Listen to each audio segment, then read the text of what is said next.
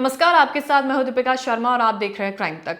कल बिहार में सबसे बड़ी प्रेस कॉन्फ्रेंस हुई, जहां पर मुद्दा ये था कि जो बिहार के बिजनेसमैन हैं गोपाल खेमका, उनकी हत्या के पीछे क्या मकसद था, किसने की, कितने लोग इसमें शामिल थे, इन तमाम चीज़ों पर प्रेस कॉन्फ्रेंस की गई थी।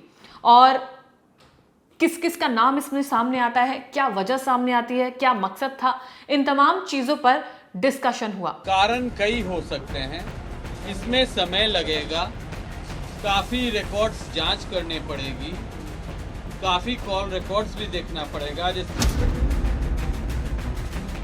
बहुत सारे कागजात मिले हैं। जमीन को लेकर इन लोगों के बीच में खटास उत्पन्न हो गई थी। देखिए, जमीन के भारी मात्रा में कागजात अशोक साहू के घर से बरामद हुए हैं। भारी मात्रा में कागजात हैं, एक दो नहीं है बल्कि काफ़ी वो जब्त किए गए हैं। अब ये लिंक करना पड़ेगा। इस प्रेस कॉन्फ्रेंस में बिहार के डीजीपी, एडीजी और पटना के एसएसपी और तमाम सीनियर पुलिस ऑफिसर्स वहां पर मौजूद थे। सबने बारी बारी से कई चीजें बताई और इस पूरे मर्डर केस की गुत्थी को सुलझाने की कोशिश की, ताकि हम लोग भी समझ पाएं कि आखिर इसमें कितने किरदार शामिल थे। इस पूरे मर्डर केस में काफी नाम सामने आए हैं, कई किरदार सामने आए हैं, सबका अलग अलग रोल सामने आया है और इस पूरे मर्डर केस की जितनी भी हिस्ट्री थी, जितनी भी मिस्ट्री थी, वो सामने आने की कोशिश की गई है। तो संक्षेप में अगर आपको बताने की कोशिश की जाए कि इस पूरे मर्डर केस का क्या मोटिव रहा, कौन कौन लोग इसमें शामिल थे, तो वो बताने की कोशिश आपको की जाएगी। बारी बारी से इस प्रेस कॉन्फ्रेंस में ये सारे दिग्गज पुलिस अफसर बोल रहे थे। उन्होंने बताने की कोशिश की कि इसमें कितने लोग शामिल थे, पर असल में कत्ल का जो मकसद था वो क्या था, अभी तक वो सामने नहीं आ पाया। अगर कत्ल जमीन के विवाद को लेकर था तो वो जमीन कौन सी थी, वो प्लॉट कौन सा था, उसके पीछे वजह क्या थी, कौन लोग इसके पीछे शामिल थे, क्योंकि कहीं ना कहीं ये चीजें भी सामने आ रही है। क्योंकि सक्सेसफुल बिजनेसमैन के साथ में जितनी भी दिक्कतें अगर कोई सामने आती हैं तो पैसों को लेकर, जमीनी विवाद को लेकर, ये तमाम चीजें इसमें मानी जाती हैं। आपसी रंजिश इसमें एक बड़ा फैक्टर होता है, लेकिन इस केस में जो नजर आ रहा है वो जमीन से रिलेटेड कुछ मामला नजर आ रहा है। अब इसमें सवाल ये भी उठ रहा है कि 7 साल पहले गोपाल खेमका के बेटे की भी हत्या कर दी गई थी, तो क्या वही कातिल इसमें भी शामिल थे जो उस केस में शामिल थे? ये भी सबसे बड़ा सवाल है। ऐसे में हर सवाल के जवाब में बस एक ही बात कही जा रही थी कि भारी मात्रा में जमीन के कागजात मिले हैं। क्योंकि कागजात एक दो नहीं हैं, कई सारे हैं, तो उनको उनकी जांच करना, उन डॉक्यूमेंट्स को स्कैन करना, उन चीज़ों में वक्त लगेगा, ऐसा प्रेस कॉन्फ्रेंस में कहा गया था। हर सवाल के जवाब में बस एक ही बात कही जा रही थी कि भारी मात्रा में जमीन के कागजात मिले हैं। इतनी जल्दी कैसे पता चलेगा, इसमें समय लगेगा। 4 जुलाई की रात जिसने गोपाल खेमका पर गोली चलाई है उसका नाम है उमेश यादव और ये इस पूरे मर्डर केस का पहला किरदार है। जिस पिस्टल से उमेश ने गोपाल खेमका को गोली मारी वो पिस्टल उसकी अपनी नहीं थी। ये पिस्टल उमेश को विकास उर्फ राजा ने दी थी। राजा का काम ही है सुपारी किलर को किराए पर हथियार देना और गोपाल खेमका मर्डर केस का दूसरा किरदार यही है, यानी कि राजा है। ये पुलिस एनकाउंटर में मारा जाता है। पिस्टल राजा ने दी, गोली उमेश ने मारी, पर गोली मारने का हुक्म किसका था? यानी कि अब तीसरे किरदार की बारी आती है। इस मर्डर केस का तीसरा किरदार है पटना का एक और बिजनेसमैन जिसका नाम है अशोक साव। इसी शख्स ने 10 लाख रुपए में अशोक खेमका को जान से मारने की सुपारी दी थी। यानी कायदे से तीसरा किरदार गोपाल खेमका मर्डर केस का असली मास्टरमाइंड है जिसका नाम अशोक साव है। सुपारी इसने दी, सुपारी उमेश यादव ने ली, पिस्टल राजा ने दी। पर इन तीनों को एक जगह पर कौन लेके आया, यानी कि अब इसमें चौथा किरदार कौन हो सकता है? तो चौथा किरदार का नाम है अजय वर्मा। पटना सिटी का सबसे बड़ा डॉन अजय वर्मा, ये इस पूरे केस का चौथा किरदार है। पिछले 15 दिनों से इसका नया पता है बेऊर जेल। यानी कि अभी तक हमने 4 किरदारों के नाम इसमें शामिल कर लिए हैं। किसने सुपारी दी, किसने हथियार मुहैया कराया, किसने हथियार लिया और किसने इन तमाम लोगों को एक जगह इकट्ठा किया। उमेश यादव पुलिस के हाथ आता है और असली मास्टरमाइंड का नाम बताता है। यहां से ये पहला जो कड़ी थी उस केस की नजर आती है जब उमेश यादव पुलिस की गिरफ्त में होता है। अब मास्टरमाइंड का नाम बताया जाता है जिसका नाम है अशोक साव। अशोक साव पटना के इसी उदयगिरी अपार्टमेंट में रहता था। पुलिस की टीम ने अशोक साव के घर पर दबिश डाली और फिर उसे गिरफ्तार कर लिया गया। इस तरह गोपाल खेमका मर्डर केस में अब शूटर और सुपारी देने वाला दोनों पुलिस के हाथ लग चुके थे।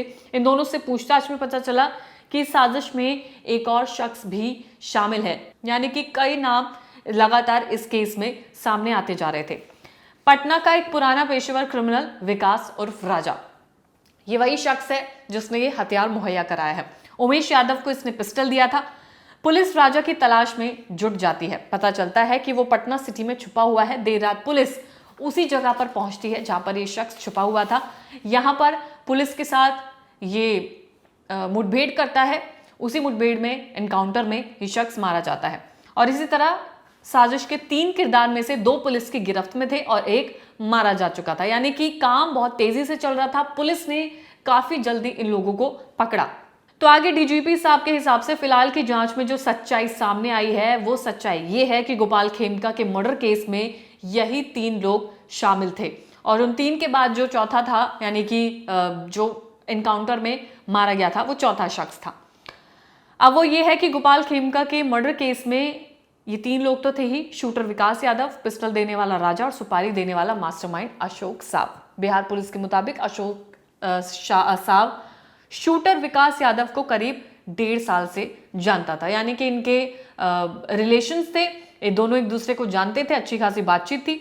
1.5 महीने पहले ही उसने विकास यादव के साथ मिलकर गोपाल खेमका के मर्डर केस की साजिश रच डाली थी, यानी कि 1.5 महीने पहले पूरा प्लानिंग प्लॉटिंग की गई थी, तमाम बातचीत की गई थी, कैसे क्या करना है, किसे हायर करना है, कहाँ से हथियार लेना है, तमाम चीजें डिस्कस की गई थी 1.5 महीने पहले ही। शूटर विकास यादव की गिरफ्तारी के बाद उसके पास से पुलिस ने सुपारी की रकम भी बरामद की, लेकिन उसमें से कुछ पैसे कम थे। अब वो जो कुछ पैसे कम थे उसकी अगर व्याख्या करें तो दरअसल पूछताछ में पता चलता है कि शूटर विकास यादव की बेटी पटना के एक नामी स्कूल में पढ़ाई करती है।